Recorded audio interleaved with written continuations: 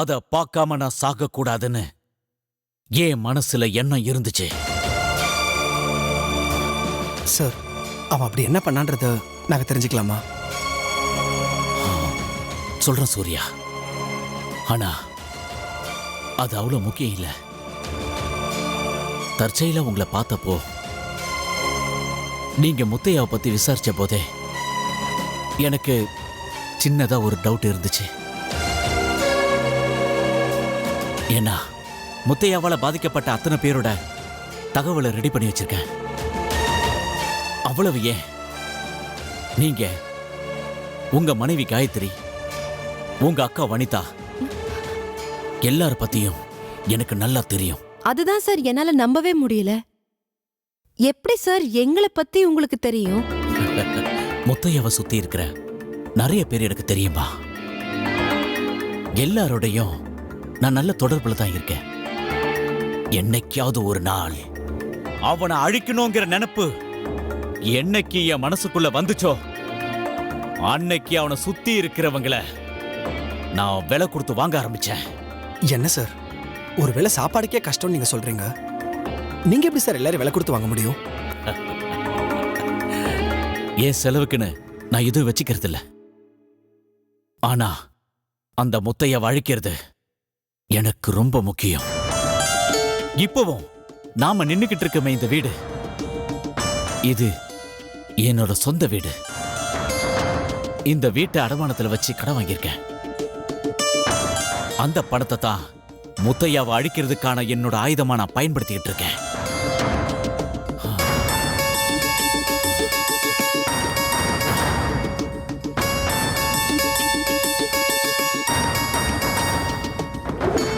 இந்தாங்க, சாப்பிடுங்க. இந்த உலகத்துல வாழவே கூடாதுன்னு ஒருத்தன் இருந்தான்னா அது அந்த முத்தையாவா தான் இருப்பான். எப்படி உங்க அக்கா செய்யாத குற்றத்துக்காக அவங்களுக்கு தண்டனை வாங்கி கொடுத்து உள்ள அனுப்பினானோ அதே மாதிரிதான் தான் பண்ற எல்லா தப்பையும் மறைக்கணுங்கிறதுக்காக கண்ணில் யார் பட்டாலும் அவங்களை பிடிச்சி உள்ள போட்டுருவான். இது அவனோட சுபாவம். நான் உங்ககிட்ட கேட்டுக்கிறதெல்லாம் ஒன்னே ஒண்ணுதான். முத்தையாவை சட்டப்படி தண்டிக்கணும்னா அதுக்கு என்கிட்ட நிறைய ஆதாரங்கள் இருக்கு.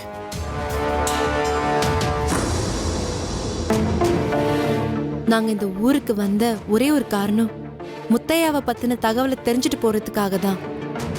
அவரை பத்தி கிடைக்கக்கூடிய நெகட்டிவ் தகவல் எதுவா இருந்தாலும் எங்க அண்ணியை வெளியே எடுக்கிறதுக்கு சட்டப்பூர்வமா உதவி பண்ணுங்கிற எண்ணம் தான். இப்ப நீங்க சொல்றதெல்லாம் எங்களுக்கு ரொம்ப ஹெல்ப்ஃபுல்லா இருக்கும்னு எனக்கு தோணுது.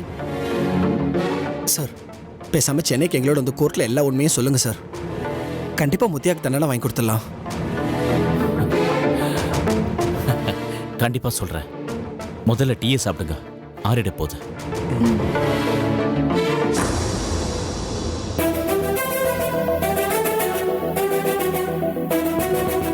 அந்த முத்தையா தண்டிக்கப்பட வேண்டியவங்கிறதுல எந்த சந்தேகமும் இல்லை. சட்டப்பூர்வமா நடவடிக்கை எடுத்து மிஞ்சி போனா அவனை உள்ள தள்ளி 5 வருஷமோ 10 வருஷமோ ஜெயில தள்ளலாம். ஆனா ஏன் நோக்கம் அது இல்லை, அவனை கொலை பண்றது மட்டும்தான். ஆனா நீங்க அவனுக்கு கடுமையான தண்டனை வாங்கி கொடுப்பீங்கன்னா உங்களுக்கு உதவி செய்ய நான் தயாரா இருக்கேன். ஆனா அவனை அழிக்கணுங்கிறதுல எந்த மாற்றமும் கிடையாது.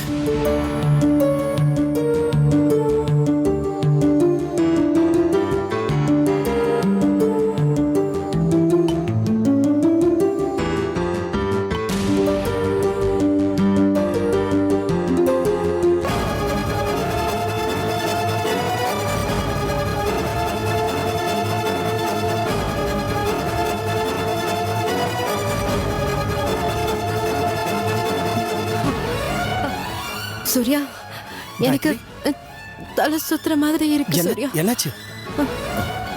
காயத்ரி, காயத்ரி என்னாச்சுன்னு கேக்குறேன்ல. காயத்ரி,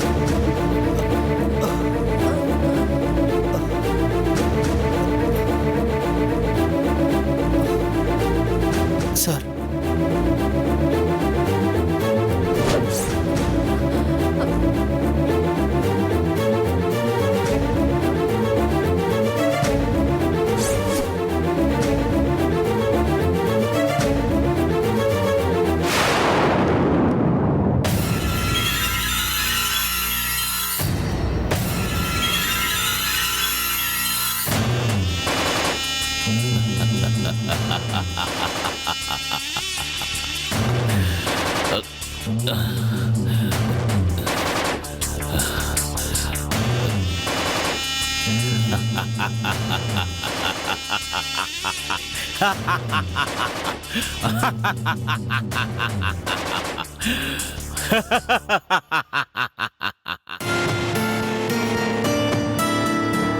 முத்தையா, என்னப்பாச்சு? பஞ்சாயத்துல என்னப்பா சொன்னாங்க? ஒன்றும் இல்லம்மா, பஞ்சாயத்துக்கு அவன் அண்ணனை கூட்டிகிட்டு வந்தா.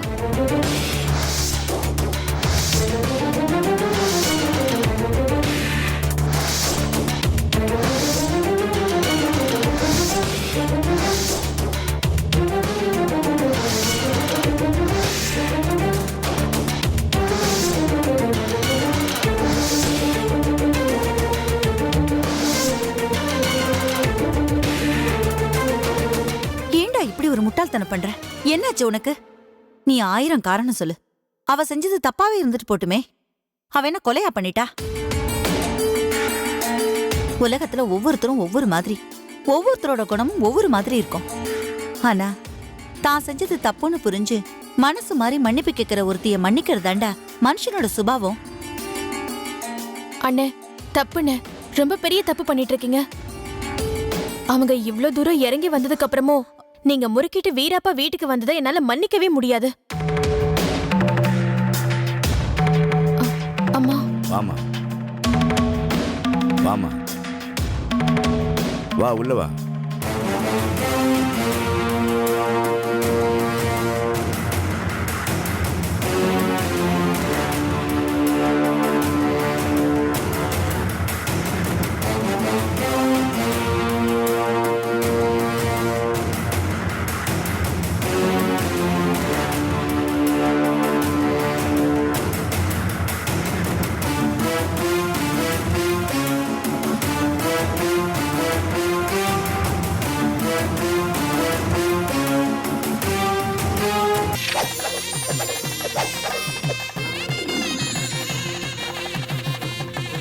எப்பா, இந்த கிராமத்து ஆம்பளை பொம்பளை பெரிய மனுஷங்களா, ஆல் அட்டென்ஷன் ப்ளீஸ். ஆனா நீங்க அப்படி இல்லையே, கொஞ்சம் அலப்பற பண்றாப்ல இருக்கு.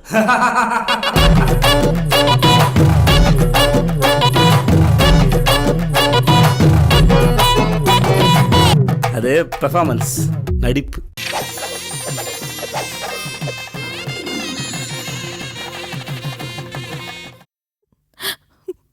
என்ன மன்னிச்சிடுங்க அத்தை. ஐயோ, என்னம்மா இது? அம்மாடி, எந்திரிமா, எந்திரி முதல்ல. என்னால இத நம்ப முடியலம்மா. நீயா மன்னிப்பு கேக்குற? நீயா திருந்தி வந்து நிக்கிற? சத்தியமா இது நாங்க கும்பிடுற கருப்பசாமியோட அருளாதான் இருக்கும். நான் பெரிய பாவம் பண்ணிட்டேன் அத்தை. வாழ்க்கையில யாரும் செய்ய முடியாத தப்ப நான் செஞ்சிருக்கேன். அதுவும் மனசறிஞ்சு செஞ்சிருக்கேன். நான் செய்யறது தப்புன்னு எனக்கு தெரியும், அயோக்கியத்தனம்னு தெரியும். இந்த காலத்துல எந்த ஒரு பொண்ணு செய்ய தயங்குவான்னு தெரிஞ்சேதான் அப்படி ஒரு தப்பு செஞ்சேன். ஆனா அதுக்காக இன்னைக்கு நான் வருத்தப்படுறத, துக்கமும் அவமானமும் வேதனையும் மனசுக்குள்ள முட்டி மோதிக்கிட்டு நிக்குது. என்ன செஞ்சு நான் பண்ண பாவத்தை தீக்கலன்னு எனக்கு இன்னும் புரியல. குறைஞ்சபட்சம் நீங்க என்ன மன்னிச்சாலே அது எனக்கு பெரிய ஆறுதலா இருக்கும் அத்தை.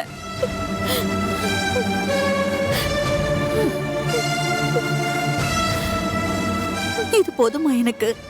நீ மனசு மாதிரி திரும்பி வந்திருக்க பாரு. இதுக்கு மேல வேற என்னமா வேணும்? டேய் முத்தையா, என்னடா பாத்துட்டு நிக்கிற? துர்கா இனிமே இங்கதான் இருப்பா. இவ கூட நீ வாழ்ந்து ஆகணும். இது என்னோட உத்தரவு.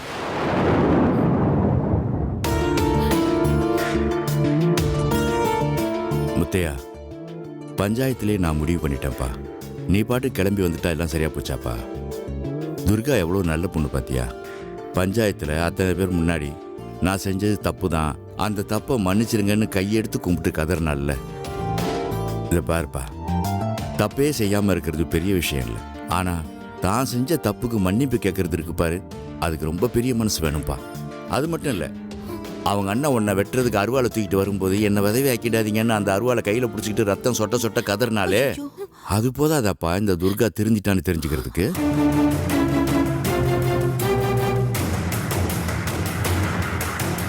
என்ன மன்னிச்சிடு லக்ஷ்மி. நீ நல்ல மனசோட என்னையும் உங்க அண்ணனையும் சேர்த்து வைக்கணுங்கிற எண்ணத்தோட தான் நீ என் வீட்டுக்கு வந்த. ஆனா உன்னையும் நான் காயப்படுத்தின பாரு. நான் பாவி லக்ஷ்மி. ஐயோ அண்ணி, பரவாயில்ல. என்ன காயப்படுத்தினதையோ தப்பா பேசினதையோ பத்தி எனக்கு எந்த கவலையும் இல்லை. அதுக்கெல்லாம் நான் கவலைப்படவும் மாட்டேன். ஆனா உண்மையிலேயே மனசு மாறி எங்க அண்ணனோட சேரணும்னு நீங்க முடிவு பண்ணீங்கன்னா அதை விட பெரிய சந்தோஷம் எனக்கு வேற எதுவுமே இல்லை அண்ணி. அப்படி ஒரு முடிவை ஏன் எடுத்தேன்னு கேட்டேன்னா எனக்கு பதில் சொல்ல தெரியல. ஆனா நீ பேசினது ஏதோ ஒரு விதத்துல என்ன ரொம்ப யோசிக்க வச்சுது. நீ பேசினதுக்கு அப்புறம்தான் உன் அண்ணனை நான் ரோட்ல பார்த்தேன். என்னோட இயல்பான சுபாவப்படி அவரை கிண்டல் பண்ணி பேசினேன், கோவப்படுத்தி அனுப்புனேன். அது நான் இல்லைன்னு சொல்லல. அப்ப கூட என் வாய் ஒண்ணு பேசிச்சே தவிர என் மனசு வேற ஒண்ணுதான் நினைச்சது. என்னத்த நான் பெருசா சாதிச்சிட்டேன், அப்படி என்னத்த வாரி கட்டிக்கிட்டு போறேன் எனக்கு ஒண்ணும் தெரியல லக்ஷ்மி. இதோ நம்ம மல்லிகாவோட கல்யாணத்தை நிறுத்தணும்னு தலைகீழா நின்னு என்னென்னவோ பண்ணி பார்த்தேன். மாப்பிள்ளை வீடு வரைக்கும் போய் அவங்க கிட்ட இவளை பத்தி இல்லாததும் பொல்லாததும் சொல்லி எந்த பொண்ணாவது இப்படி செய்வாளா? ச்சே. ஆனா நான் நினைச்சேனேம்மா, மல்லிகா ப்ளீஸ் என்ன மன்னிச்சிடு. என்ன அண்ணி இதெல்லாம்? நீங்க என்கிட்ட போய்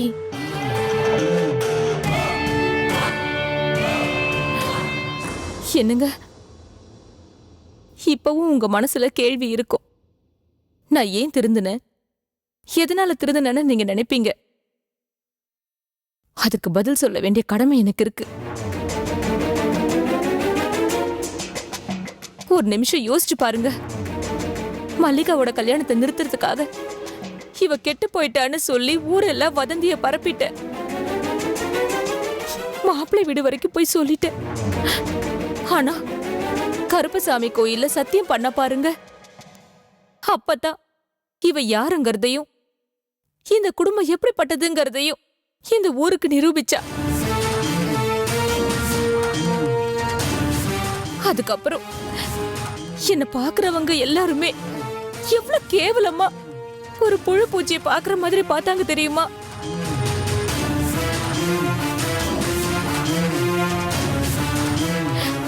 என்ன பார்த்தா கையெடுத்து கும்பிடுற ஜனங்களா தான் நான் எல்லாரையும் பார்த்திருக்கேன். ஆனா என் முகத்துக்கு பின்னால காரி துப்புற கூட்டத்தை நான் பார்க்க ஆரம்பிச்சதுக்கு அப்புறம் என்னால தாங்க முடியலங்க. அன்னைக்கு நீங்க ஒரு வார்த்தை சொன்னீங்கல்ல, அண்ணனுங்க போதும் நினைச்ச உனக்கு எதுக்கடி கல்யாணம் நீங்க கேட்டீங்கல்ல, இதே கேள்விய அதுக்கப்புறம் எத்தனையோ பேர் எத்தனையோ விதமா கேட்டுட்டாங்க. இதெல்லாம் வெளியே காட்டிக்க முடியாம என்னோட திமுறலையும் தெனாவட்லயும் நான் வெளியே சுத்திக்கிட்டு இருந்தேன். மனசுக்குள்ள நானும் ஒரு பொண்ணு தானே. எனக்கு அந்த எண்ணம் இருக்காதா? மல்லிகா நல்லபடியா கல்யாணம் ஆகி நாளைக்கு புகுந்த வீட்டுல வாழ போயிடுவா. அவளோட புருஷன், அப்புறம் அவளுக்கு ஒரு குழந்தைன்னு ஆகி காலம் பூரா அவ சந்தோஷமா இருப்பா. ஆனா காலா காலத்துக்கும் பகைய வளர்த்துக்கிட்டு மனசு ஃபுல்லா நெருப்ப பத்த வச்சுக்கிட்டு நான் என்னத்தங்க சாதிக்க போறேன்?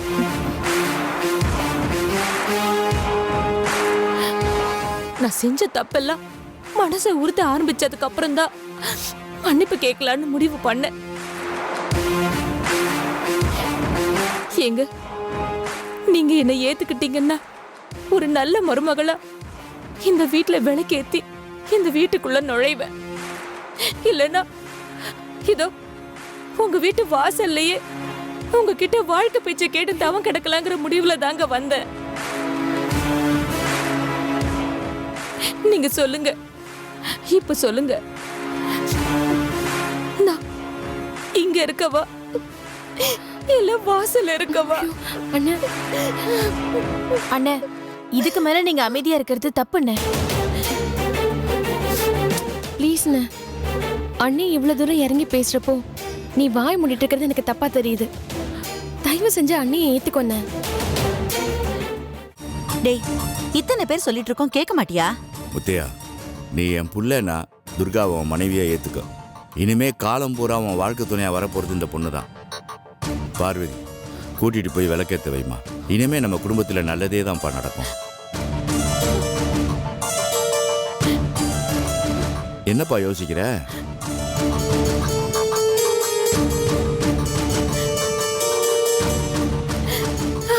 என்ன மன்னிச்சிடுங்க. முத்தையா,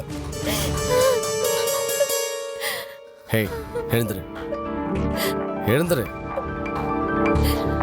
இதை பாரு, இன்னைக்கு நடந்த பஞ்சாயத்து நம்ம வாழ்க்கையில் நடந்த எல்லா பஞ்சாயத்துக்கும் முடிவாக இருக்கட்டும். இதுக்கப்புறம் எந்த பிரச்சனையும் இல்லாமல் நம்ம சந்தோஷமாக வாழ்ந்து நம்ம கூட இருக்கிறவங்களையும் சந்தோஷப்படுத்தணும்.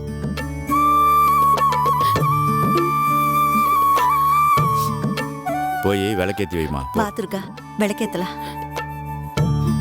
வா.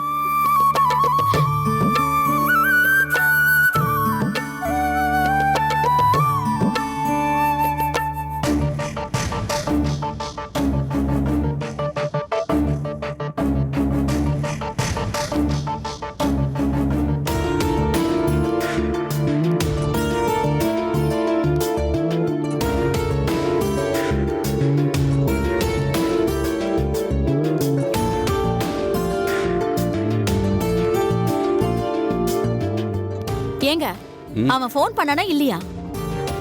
நானும் அதை தான் நினைச்சுக்கிட்டு இருக்கேன். நீயும் கேட்குற.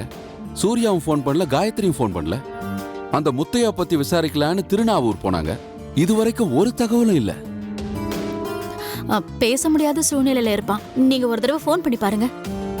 ஐயோ, 100 தடவை பண்ணிட்ட கோமதி. போனை எடுக்கலன்னா பரவாயில்ல, பிஸியா இருக்கிறாங்கன்னு நினைச்சுக்கலாம். நாட் ரீச்சபிள்னு வருதே. சரி விடு, உன் திருப்திக்கு வேணும்னா இன்னொரு முறை ட்ரை பண்றேன்.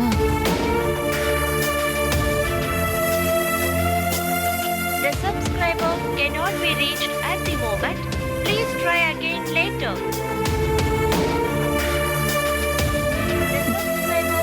என்னங்க ஆச்சு? நாட் ரீச்சபிள்னு வருதுமா? சரிங்க, காயத்ரி நம்பர் இருக்குல்ல, அவளுக்கு ட்ரை பண்ணி பாருங்க. The subscriber cannot be reached at the moment. Please. Gayatri நம்பரும் நாட் ரீச்சபிள்னு தான் வருது. ஒருவேளை அந்த ஊர்ல சிக்னல் கிடைக்காம இருக்குமோ என்னமோ. அப்படி இருந்தா ஏதாவது லேண்ட்லைன்ல வீட்டுக்கு ஃபோன் பண்ணி சொல்லிருக்கலாம்ல. நாங்க வந்துட்டோம், பார்த்துட்டோம், பிரச்சனையெல்லாம் முடிஞ்சது, நாங்க கிளம்புறோம் ஏதாச்சும் சொல்லிருக்கலாம்ல. அவங்க அப்படி ஏதாவது சொன்னா தானே நாம நிம்மதியா இருக்க முடியும். போனதுல இருந்து தகவலே இல்லாம இருந்தா நமக்கு இல்ல பயமா இருக்குது. எனக்கு ஒண்ணுமே புரியலங்க. இப்ப என்னங்க பண்ணலாம்? நாம என்ன பண்ண முடியும்? கால் வர வரைக்கும் வெயிட் பண்ண வேண்டியதுதான். அந்த ஊர்ல சிக்னல் கிடைக்கலன்னு சொல்லுவாங்க. அப்படி இல்லனா போன்ல சார்ஜ் போயிடுச்சு, சார்ஜர் கொண்டு போலன்னு சொல்லுவாங்க. ஏதாச்சும் ஒரு காரணத்தை சொல்லிக்கிட்டே இருப்பாங்க. நீ கொஞ்சம் யோசிச்சு பாத்தியா? எவ்வளவுக்கு எவ்வளவு டெக்னாலஜி வளர்ந்து நமக்கு வசதி பண்ணி கொடுக்குதோ அவ்வளவுக்கு அவ்வளவு சிக்கலும் அதனாலதான் வருது. அப்பெல்லாம் செல்போன் இருந்ததா, இன்டர்நெட் இருந்ததா? எதுவுமே இல்ல. ஆனா நிம்மதியா இருந்தோம். இப்ப எல்லாம் வந்ததுக்கு அப்புறம் தான் ஒண்ணு மாத்தி ஒண்ணுன்னு பிரச்சனை மேல பிரச்சனை வந்துகிட்டே இருக்கு. சரி விடு, அவங்களா ஃபோன் பண்ணுவாங்க, பாப்போம்.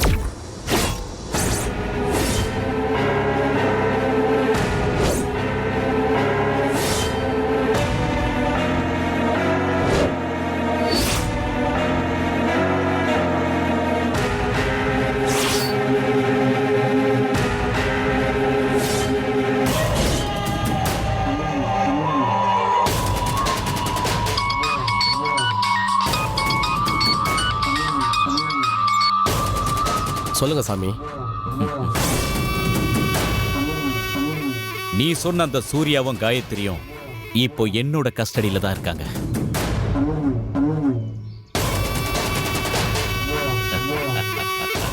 நிஜமா சொல்றீங்க? என்ன பண்ணீங்க? எங்க வச்சிருக்கீங்க அவங்கள? என் வீட்டுக்கு விருந்தாளியா வந்தவங்கள நான் வேற என்ன பண்ணுவேன் முத்தையா? கைய காலை கட்டி போட்டு ரூம்ல அடைச்சி வச்சிருக்கேன். சூப்பர் சாமி. ஏற்கனவே வரதன் இங்க எப்படி இருக்கானோ அதே மாதிரிதான் சூர்யாவும் காயத்ரியும். ஓகே, என் தங்கச்சி மேரேஜ் நல்லபடியா முடிகிற வரைக்கும் அவங்க யாரும் வெளியே வரவே கூடாது. ஜாக்கிரதை. எப்படி வருவாங்க முத்தையா? வேலைக்கு சாப்பாடு போடுறனோ இல்லையோ மயக்க ஊசிய கரெக்டா போடுறேன்.